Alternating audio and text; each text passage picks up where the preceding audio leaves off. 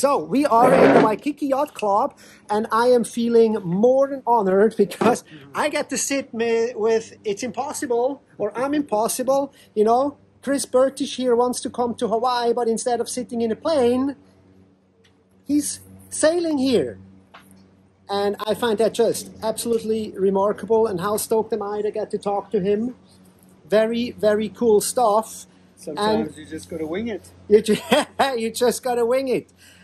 I had a conversation with a friend of mine. His name is Casper from Denmark, and he circumnavigated Denmark on his SUP for like, I don't know, 2 months, 2,000 kilometers or more.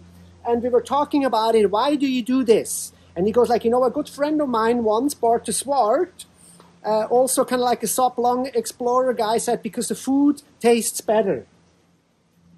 Now let's use this as an opener. How good was the food when you finally came in Waikiki after this?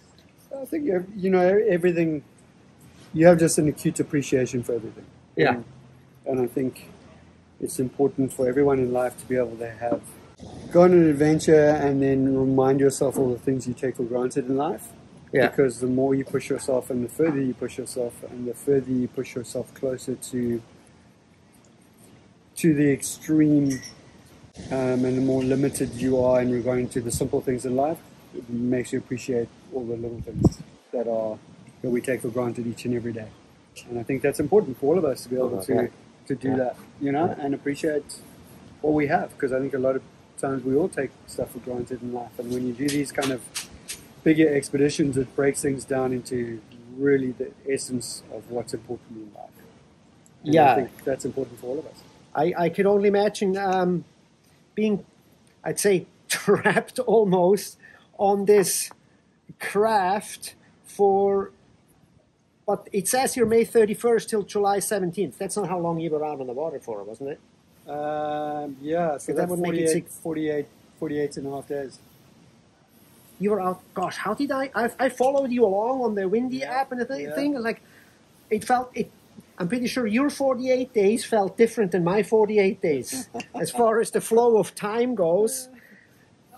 Well, it's the same for insane. The Transatlantic has been 93 days. That's really long. That was a really long time. Yeah, the just over 3 month version.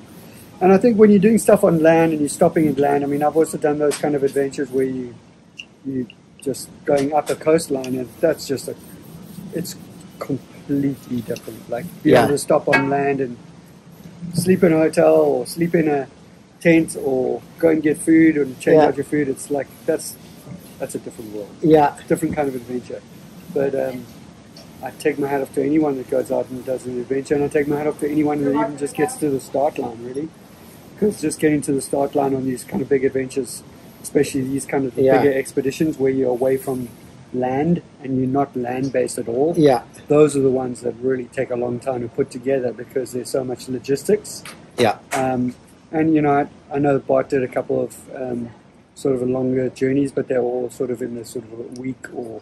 Yes, like the Yukon that a lot of guys starting to do now and stand-up paddling, 700 kilometers. Land, you know, and I think Bart started doing a couple of like the longer distance ones when we went between the islands of Tahiti for like 3 or 4 days or whatever. Yeah. And that's when you start to have to really put together the logistics side a little bit more carefully. For sure. And anything when you're doing it for more than a week or two, then suddenly it becomes a whole nother level because then you can't take all your food, you can't take all your water, and then you've got to make sure you have all your shit really together and have multiple backups in place.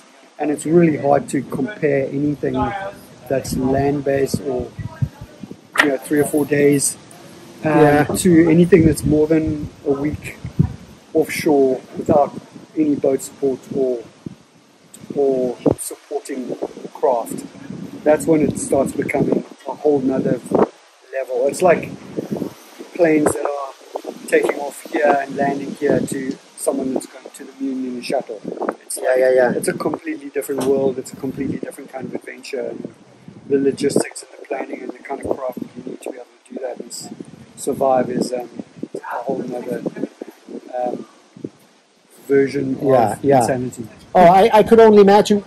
I could almost think that by the time you were finally ready to set off sail, I could think that at that time it was like, finally, because I could only imagine how much preparation and work and logistics goes into and testing this thing out numerous times. And when you're finally setting sail, it's like almost half of the journey might be already in the books, or am I underestimating that a little? No, definitely underestimating that a lot. Okay. Well, I'm glad I asked. Yeah, you know, it's you sort of break it down into the first 12 hours, then the first 36 hours. If you can get through that, then you're in a fairly good place.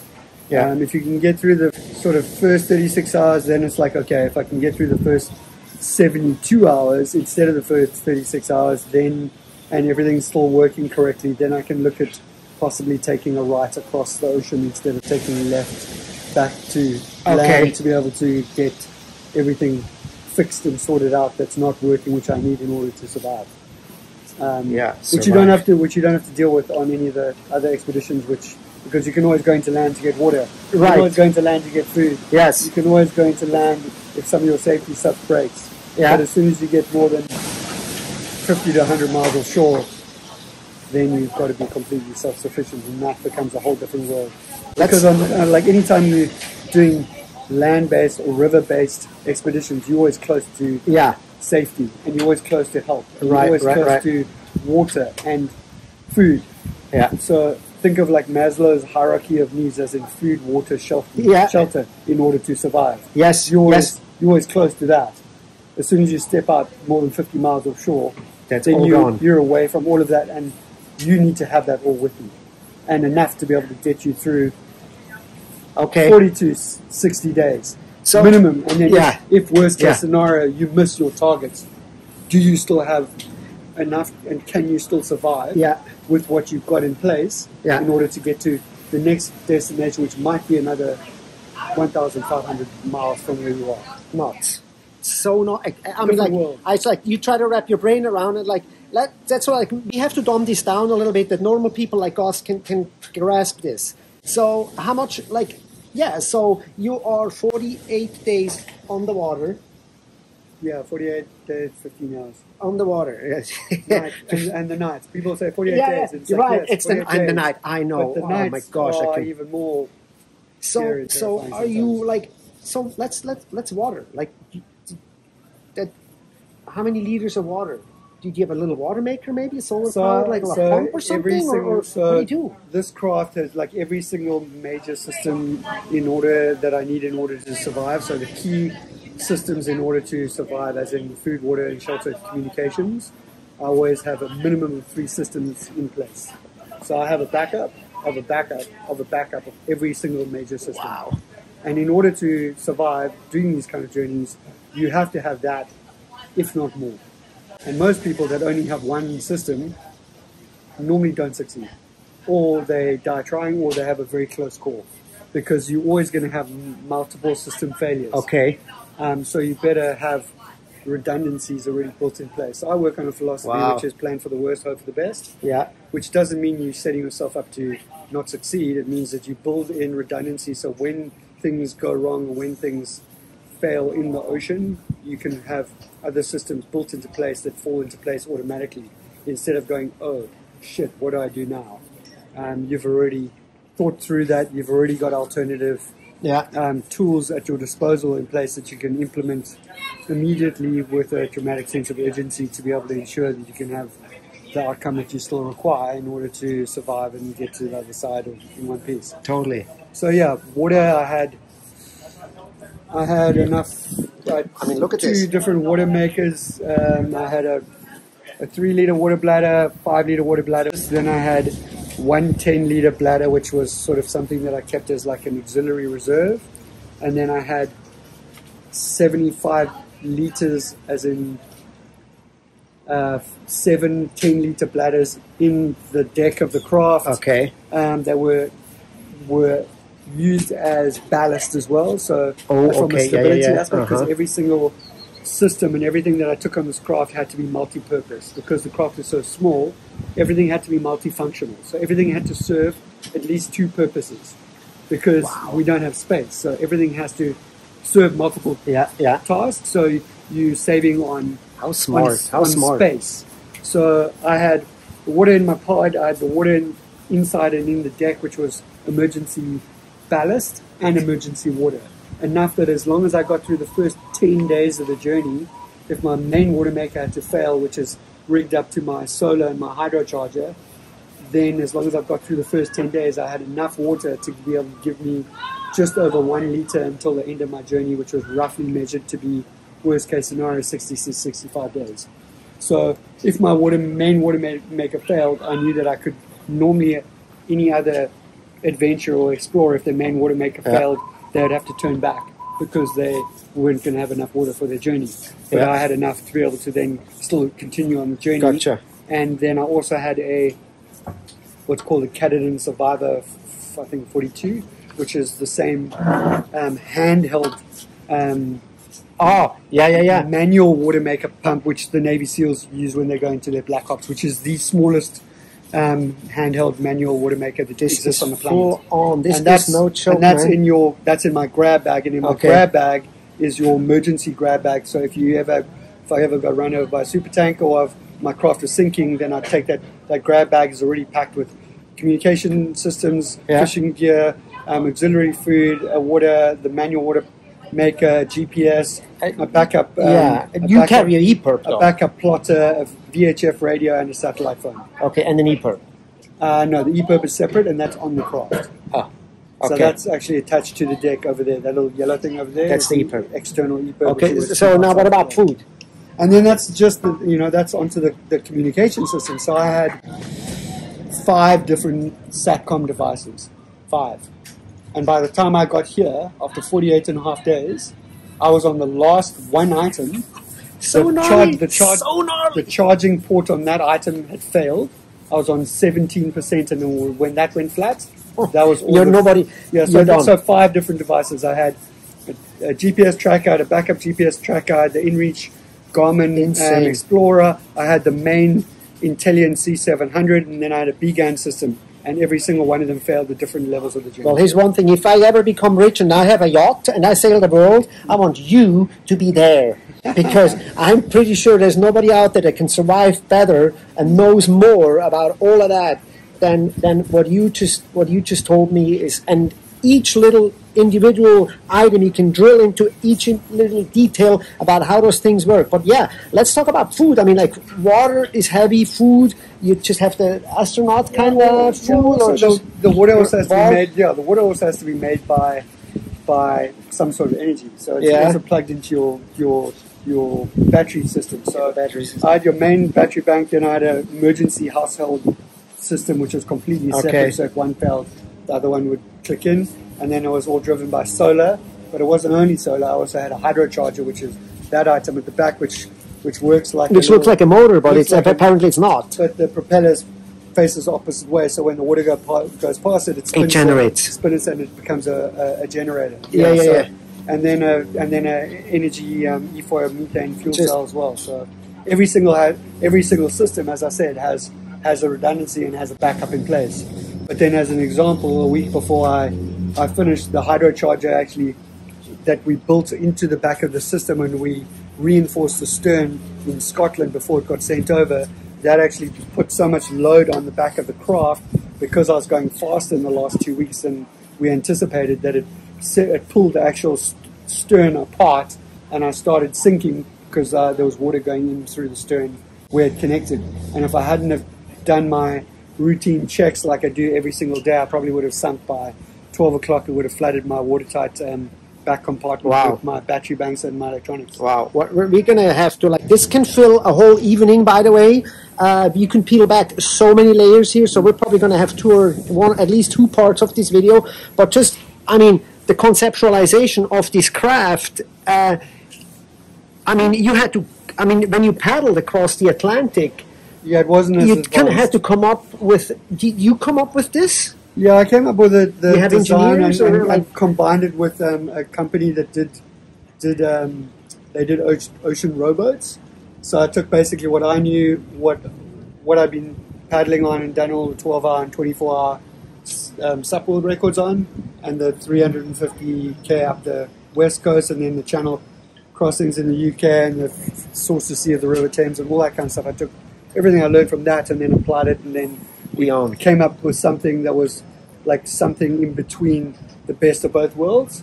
Took the best of what we could learn from the guys that had done the transatlantic row missions as teams of 2, 4, 6, and 8, and then I used the stuff that worked really well for them, all their systems that worked really well, researched all the stuff that didn't work, where anybody that had done any sort of expedition like that, where they had gone wrong, and where they had come in, had a challenge, and then I just looked at all the different solutions to that. So I had implemented all the solutions to any of the issues that other people had had before I started. Wow. And then there was another guy that ended up wanting to do the transatlantic before I actually did it, about 6 months before, a guy called Nicholas.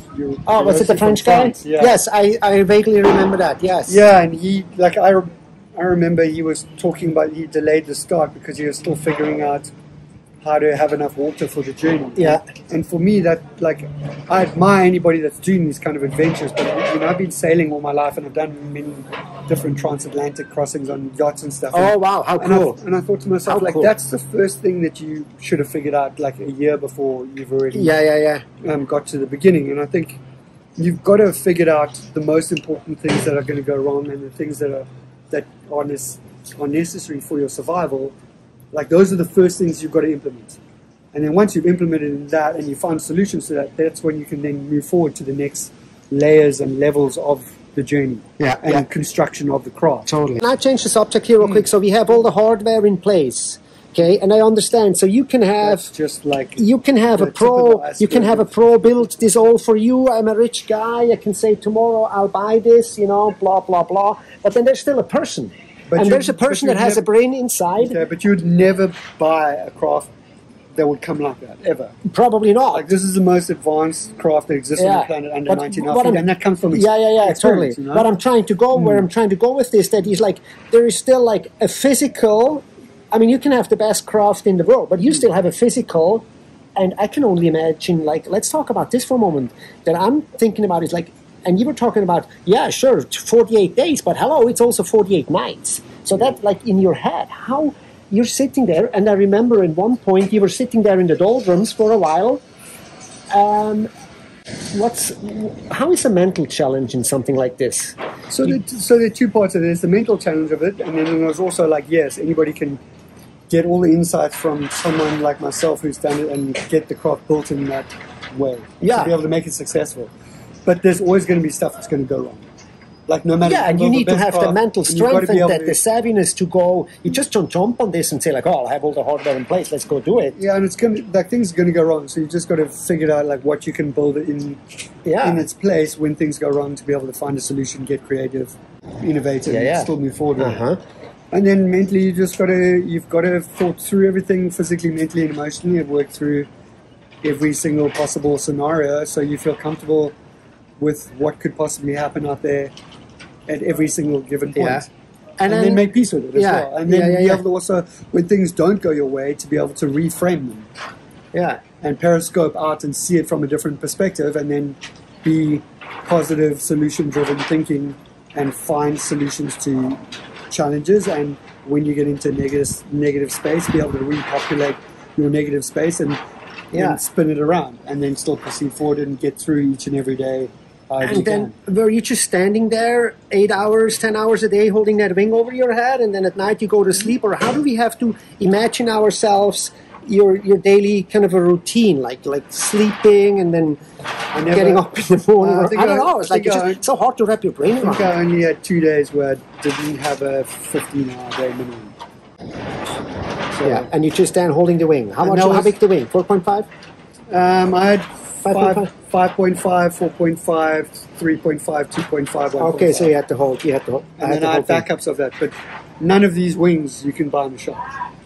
Okay. Every single thing on this craft is bespoke, made, once off. There's only one in the world of every single item, including the wings. Wow. The Wings Army built for me specifically for the project with special tack points on it that I could hook things up, add things on, all Mylar reinforced, carbon reinforced, So they were bulletproof, literally. So let me ask you this. Were you sailing tow side or were you sailing regular side? Or I was actually regular, but I can't sail tow side, so but I can on this. You do what you need to in order to survive. But yeah, you're standing, but you're balancing. So a lot of people don't realize that when you get fatigued, the first thing that goes is your balance, which is fine.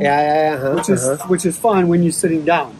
But when you're standing up, that's a problem, especially at night. And the first thing that goes when you lose your horizon, when the sun goes down and the lights go out, and it's all bouncy there. Your balance. So those two things make things quite challenging. So you stood in the dark there with your wing in your hand as well? I did, but it got too dangerous because I was also hooked into my harness. So good. Okay, harness. Okay. See, well, okay. Good, yes, but good bad, because when you hooked into your harness, then a lot of the time you couldn't unhook when you got pulled over with a gust or a wave that hit you, that knocked the craft upside down or semi-inverted or knocked you over, and then you hooked in and you can't get out of your harness.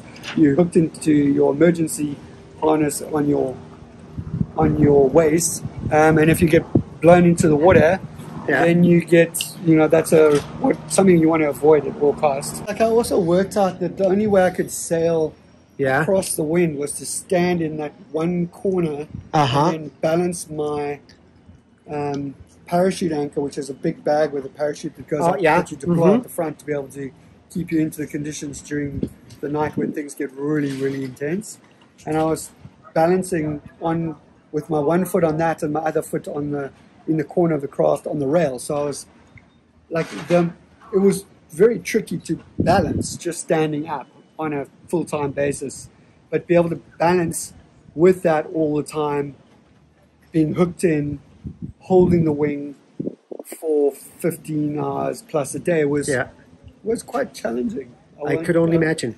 Because I realized that the conditions were a lot more volatile than I thought I was going to get for the first 3 weeks. I had really thick fog, overcast almost 100% of the time, and the wind was never really dropped below 15 to 18 knots. So it was normally in the sort of 15 to 25 to 30 knots. And that's very different to what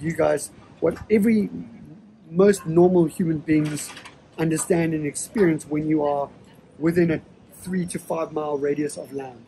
So coastal waters, as in what we see when we go off the land and go winging or stand-up paddleboarding or foiling or whatever, is all within 2 miles roughly. When you go 5 to 10 miles or more offshore, it's a whole nother world, and the ocean becomes a completely different place. It's like going to the moon, and everything is exaggerated tenfold. And we want, as windsurfers, kiters, wingers, and that kind of stuff, and downwinding on a sup, we want 45, 30 knots. But in the open ocean, you don't want 30 knots, because 30 knots over an extended period of time creates seas that are really terrifying. And that's what creates your 15 to 20 foot waves. And you don't want that, because a 10 to 15 or 15 to 20 foot swell that caps, when it caps, you've got a 5 to 6 foot breaking wave at the top that will roll you and everything inside, and your craft, no craft is designed, including these yachts, isn't really designed to roll. And if you roll and you get rolled, things are going to break, and that includes possibly yourself or the rigging, the aerials, the AIS, the VHF radio, every single one of your major systems could fail. And you are inside the craft, and you can get thrown around, and other things inside your craft are also going to get thrown around, like a battery, a scissors, a hammer. Like, I cut open my head on something, I don't even know what it was, and I was wearing a helmet inside my cabin. And that's the kind of stuff that happens. So what's the next thing you're going to do? One day globe one day? Is that something like... I'll do my own version of the One Day Globe, which is... Because that's another thing that just absolutely blows my mind. Or I see Ian Walsh did a sail race that he put stories out from not long, 3 days, but 3 days straight of pounding. It's like, how are these people doing this? How, let alone 48 days or 93 days paddling or One Day Globe? It's just, evidently you will never get seasick. Seasickness does not exist in your vocabulary. I don't think that's true. So when I do these kind of versions, I take Dramamine before I leave, and then I take. If the weather's going to be really, really intense within the first week, I might take a Dramamine just before it gets hectic. But I don't do it because I'm going to get seasick, and the likelihood of me getting seasick is almost zero. But once you start getting seasick, I've been there. It's too late to try and then remedy it. Right. And because I don't get seasick, but I can't take the risk. So before I start, I preempt by taking a tablet, even though I don't get seasick, because I cannot afford the possibility of that happening within the first 36 hours, because my whole journey would be over. Because you cannot operate on, you can do it for a short period of time, but if you're sailing, as a good example, if you're sailing, you just get your crew to take over, and you go and lie down for a couple of hours, or you work your way through it, and then you take a rest, and your crew takes over. Well, I am my crew. For when sure. my crew takes over, I'm that person. So when you've been on shift, like as an example, for the first 18 hours, and you need to rest, there's no one else that can take over from you. So if you're not far enough offshore, and you know that if you sleep for 4 to 6 hours, then you're going to be on the rocks, then you don't sleep. It's really that simple, because you're ensuring your own survival. And if you get seasick, you cannot operate at your 100% potential, which you have to in order to not go on the rocks and survive. So all these kind of things become preeminent things that you take into consideration, and you go, well, what is the risk of, if that happens, what does that mean for me? And if you can minimize the risk by removing it, so you can proceed with confidence and still get the outcome that you need, then that's what you implement no matter what. When's the last time I got seasick? I don't know. 20 years ago. Does that mean that I didn't take a seasick tablet because the last time I got seasick was 15 years ago? No, I took it. It's okay. We can take this here quick. All right. So I hope you guys are still watching this. I am just absolutely fascinated and baffled. And now we're going to have to ask one question: is why are we actually doing that? What? Because the food tastes better the way we started, what drives you there? What's your driver? Yeah, it seems like I'm a little different to a lot of people. Like for me, frankly, for me, it's not really about records, because everything I do has never been done before. So like whatever I do, it's going to be unique, and I try and do stuff that is so far beyond whatever has been done before that it's just pushing your sort limits. of another stratosphere. So it's not about records for me. It's just about using what I do as a platform for positive change, and using it as to be able to give back, to inspire people to believe in themselves, what's possible, to be able to make people go, wow, okay, maybe I need to go out and do a whatever. 20K run marathon, or maybe I can go out on an adventure with my kids, or maybe I can be a better dad. Maybe I can take my kids away for a weekend camping that I haven't done. Maybe I can give back and help these kids. Like there's always something that we can do to be better, be an example to others, and be a better human each and every day in some small way. And that's sort of what I do, and why I do these journeys, and use them to be able to highlight sort of global issues that people need to be aware about and take action on. Yeah. So you have a foundation there, I see. Chris Bertish Foundation. What does that do? What are? So how can we look it up, and let's find out. Yeah. Let's talk about that, because we want to also make sure maybe somebody's watching this and says hey, I want to help support this. Not just click a like button, because that helps also supporting like buttons and all of that. But yeah, everybody wants to like and think it's cool, but likes don't pay bills.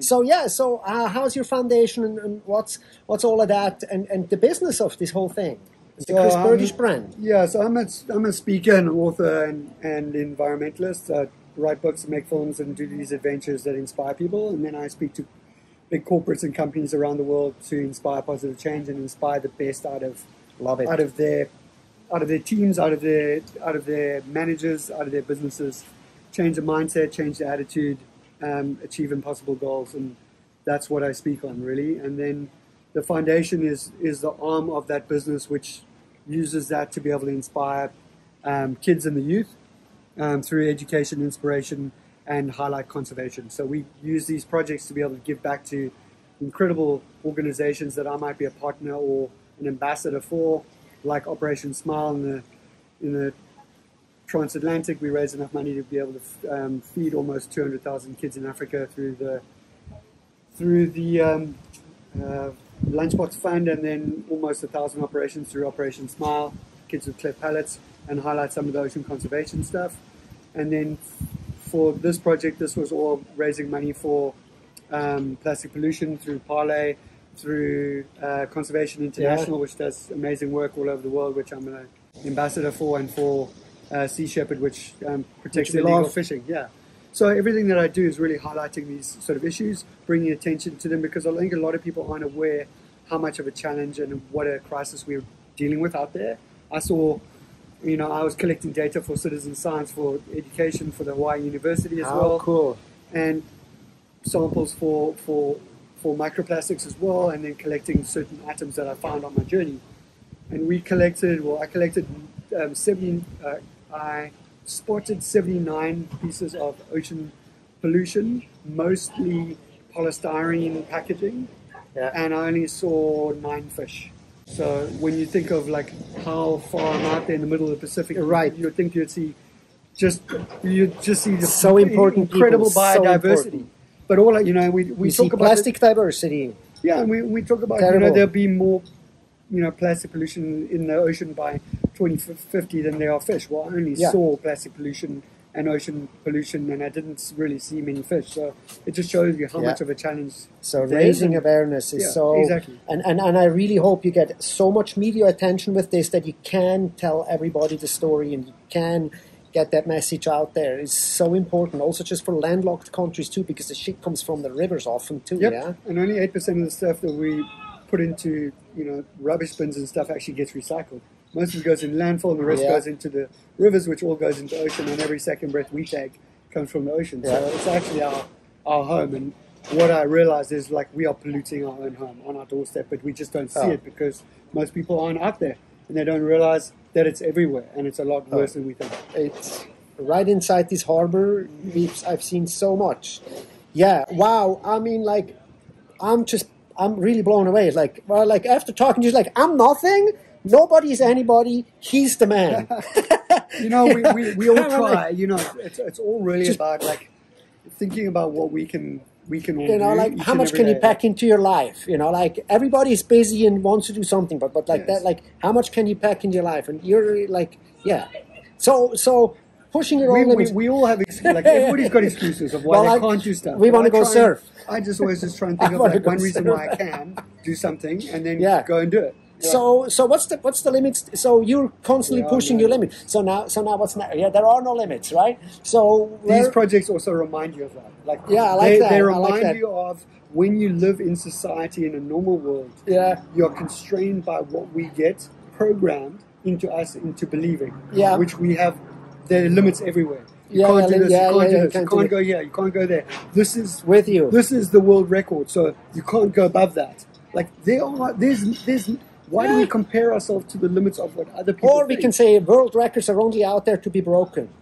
They're just a guideline. That's all they are. Yeah. So to give you something to work towards to go transcend by a massive, enormous amount. So let's brainstorm. So what could Chris Bertish do next? What's another crazy thing? Can you go all the way to Japan or go from Greenland to Cape Horn? Or I don't know what's out there. I think, Mike, what you probably gauged already is that I do a lot of different things. So I try and like did the big wave surfing thing for whatever many years, and I'm still competing in that on a minor scale, but it's not my focus. Yeah. And I've sort of ticked off those boxes, and then I went to the stand-up paddleboarding side, and I did that, and then I've gone into the winging stuff, and I've done that. And each time you try and set a new benchmark of what's like that people can possibly fathom of what's possible, do that, and then move on to something else. Because there's no point in doing the same thing over and over again. Right, and just do the same thing but more. Yes, you just so we have to think outside the box. Okay. Exactly. Ooh, what could it be? So everything that it's got to be water related for you, though. I was actually going to do a land-based thing in between, but the project that I've been really working on for about 3.5 years already which will take another 3 years to implement, is just too big to be able to fit anything else in between. So, you know, while I was doing this journey, I was already reworking the budget on this last project. I was reworking the budget and figuring out like a strategy to raise the money needed for the next project while I was doing the last journey. So most people don't realize, like, while I was on the last project, I was doing spreadsheets.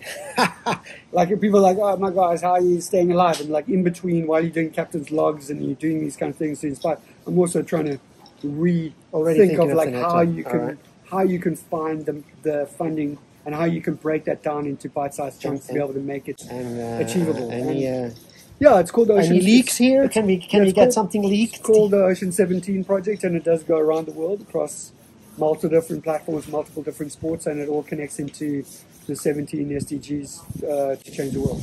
And can't go into too much detail about it because it'll all come out over the next couple of years. But it's the digital assets for it have already been created. The yacht that I'm building for it to go around the world, connecting all the different things, has already been paid a year and a half ago, and it is in the build production line for 2025 to be able to go around the world completely powered by nature, for nature, by wind, solar, hydropower, and solar. Okay, well, and if it stops in Hawaii, I'll get to see you again, and we'll talk here again. Sounds good. All right, very cool. Well, thank you guys so much for watching, and I mean, if you're not blown away, I'm definitely blown away. Thanks for blowing us away.